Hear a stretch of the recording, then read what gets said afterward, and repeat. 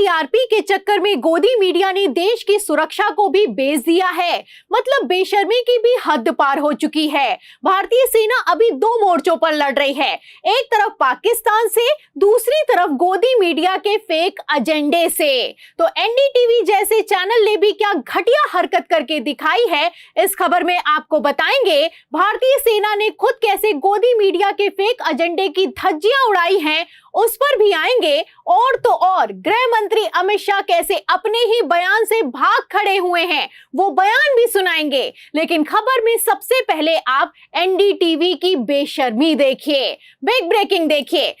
NDTV ने पहले तो खबर चलाई कि श्रीनगर में 100 से ज्यादा धमाके, और फिर खबर चलाई गई, बिग ब्रेकिंग निकलकर सामने आई कि श्रीनगर में कोई धमाका नहीं हुआ, सेना सूत्र। अब इससे ज्यादा गैर जिम्मेदाराना रिपोर्टिंग क्या ही होगी। मतलब एनडीटीवी ने खुद की ब्रेकिंग चलाकर खुद की ही खबर को खारिज कर दिया है। तो पहले तो बिग ब्रेकिंग चलाई गई कि श्रीनगर में 100 से ज्यादा धमाके हो गए हैं, श्रीनगर पूरी तरीके से तबाह हो गया है। फिर जब भारतीय सेना ने इस खबर का खंडन कर दिया, इस खबर को खारिज कर दिया, तो एनडीटीवी ने सेना के सूत्रों से हवाले से दावा किया कि कोई धमाका नहीं हुआ है। मतलब इन लोगों को शर्म है कि आती नहीं। ये एनडीटीवी जैसे चैनल की खबरें हैं जिसके प्राइम टाइम में वरिष्ठ पत्रकार रवीश कुमार एएनआई जैसी सरकारी एजेंसियों की खबरों तक का फैक्ट चेक कर दिया करते थे।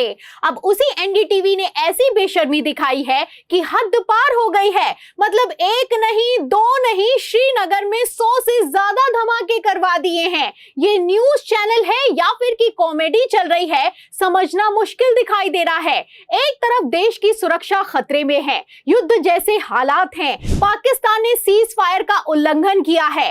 ऐसे में जिम्मेदारी से रिपोर्टिंग करना तो छोड़िए, गोदी मीडिया ने तो इतनी हद पार कर दी है कि भारतीय सेना को इनकी फेक न्यूज का खंडन करना पड़ रहा है। पहले खबरें चलाई कि भारत ने पाकिस्तान पर कब्जा कर लिया है, भारतीय सेना पाकिस्तान के बॉर्डर में घुस गई है।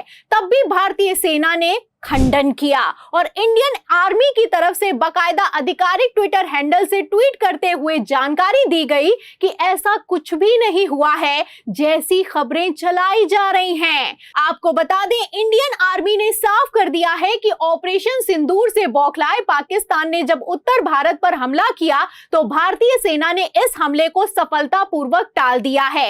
इतनी सी खबर है, लेकिन इस खबर को गोदी मीडिया ने कैसे बढ़ा चढ़ा कर चलाया है और युद्ध करवा दिया है, आप देख सकते हैं। अब गोदी मीडिया के लिए इससे ज्यादा शर्म की बात क्या ही होगी कि भारतीय सेना खुद उसकी खबर का खंडन कर रही है, और एक बार नहीं कर रही है, बार बार कर रही है। एक तरफ भारतीय सेना गोदी मीडिया और पाकिस्तान से लड़ रही है, दूसरी तरफ हमारे गृह मंत्री अमित शाह का क्या कर रहे हैं, हवाबाजी कर रहे हैं। और छोटे यूट्यूब चैनल जो कि सरकार से सवाल कर रहे हैं, उनको डरा रहे हैं, धमका रहे हैं, पहलगाम आतंकी हमले में हुई अपनी चूक को छुपा रहे हैं। खबर भी मौजूद है, खबर आप देख भी सकते हैं। देखिए, इस खबर में साफ लिखा हुआ है कि ऑपरेशन सिंदूर के बाद राज्यों को अमित शाह का क्लियर मैसेज, राष्ट्र विरोधी एजेंडा चलाने वाले मीडिया प्लेटफॉर्म पर एक्शन लें। तो गृह मंत्री अमित शाह की तरफ से बाकायदा हाई लेवल मीटिंग करके सख्त निगरानी रखने के निर्देश दिए गए हैं। तो क्या ये निगरानी गोदी मीडिया चैनलों पर नहीं रखी जाएगी? और अगर रखी जा रही है तो गोदी मीडिया चैनलों पर अभी तक राष्ट्र विरोधी धाराओं में एफआईआर दर्ज क्यों नहीं हुई है, सवाल खड़ा होता है। जैसा कि आप जानते हैं कि सवालों से खौफ खाती सरकार ने हमारा 4 PM न्यूज चैनल तो बंद कर दिया, जिसे हमने सुप्रीम कोर्ट जाकर खुलवाया है। ठीक इसी तरह से लोक गायिका नेहा सिंह राठौर पर भी एफआईआर तक दर्ज हो चुकी है।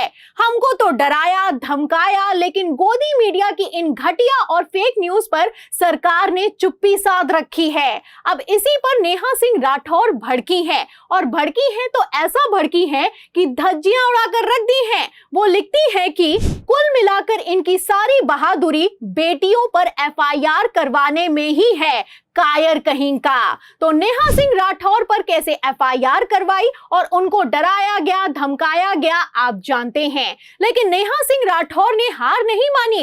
एक तरफ मोदी सरकार को कायर कहती हैं, दूसरी तरफ गोदी मीडिया की खबरों को शेयर करते हुए लिखती हैं कि ये क्या तमाशा लगा रखा है, युद्ध मनोरंजन का सामान नहीं होता। गोदी मीडिया शर्म करो, हर आपदा में अवसर ढूंढना बंद करो। तो गोदी मीडिया तो नहीं सुधरने वाला, इनको तो शर्म नहीं आने वाली, क्योंकि इनको सुधारने वालों की खुद बोलती बंद हो रखी है। सारी जोर जबरदस्ती तो छोटे चैनलों और सवाल करने वालों पर चलती है।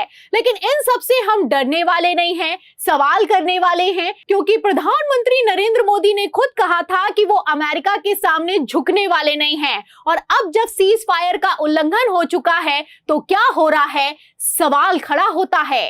पाकिस्तान हमको मार के चला गया, पाकिस्तान ने हम पर हमला बोल दिया मुंबई में, और हमारे मंत्री जी अमेरिका गए और रोने लगे, ओबामा ओबामा ये हमको मार के चला गया, बचाओ बचाओ। ये कोई तरीका होता है क्या?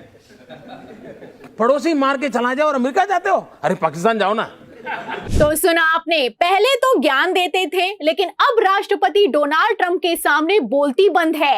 हालत तो इतनी खराब है इस मोदी सरकार की कि प्रधानमंत्री नरेंद्र मोदी से पहले अमेरिका का राष्ट्रपति ऐलान करता है कि पाकिस्तान और भारत में सीज फायर हो चुका है, और पीएम मोदी समेत गृह मंत्री अमित शाह ने अभी तक इस सीज फायर उल्लंघन को लेकर तक किसी तरह का कोई बयान जारी नहीं किया है। फिलहाल इसी चुप्पी को चैलेंज करते हुए लोक गायिका नेहा सिंह राठौर ने लिखा भी है, और वो कहती है कि मैं बार बार कहूंगी कि हमें युद्ध नहीं चाहिए, लेकिन पहलगाम के दोषी आतंकवादियों के सिर अभी भी चाहिए। क्या ये दोनों बातें समझना इतना ज्यादा कठिन है? 4 आतंकवादियों के सिर लाने के लिए पूरे देश को युद्ध में झोंक देना कहां की समझदारी है?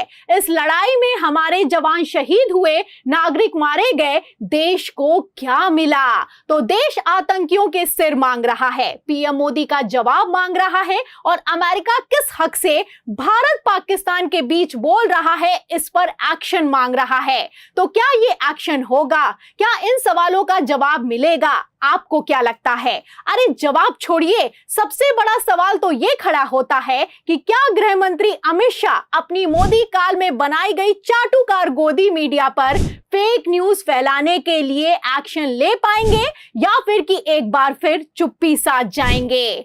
इन सभी सवालों के जवाब में इस पूरी रिपोर्ट पर, गोदी मीडिया की बेशर्मी पर, भारतीय सेना के फेक खबरों पर लिए गए एक्शन पर आपकी क्या राय है? जो भी आप सोचते हैं हमें कमेंट बॉक्स में जरूर लिखें। 4 PM को ज्यादा से ज्यादा सब्सक्राइब करें। फिर मिलती हूं अगली खबर के साथ, तब तक के लिए धन्यवाद।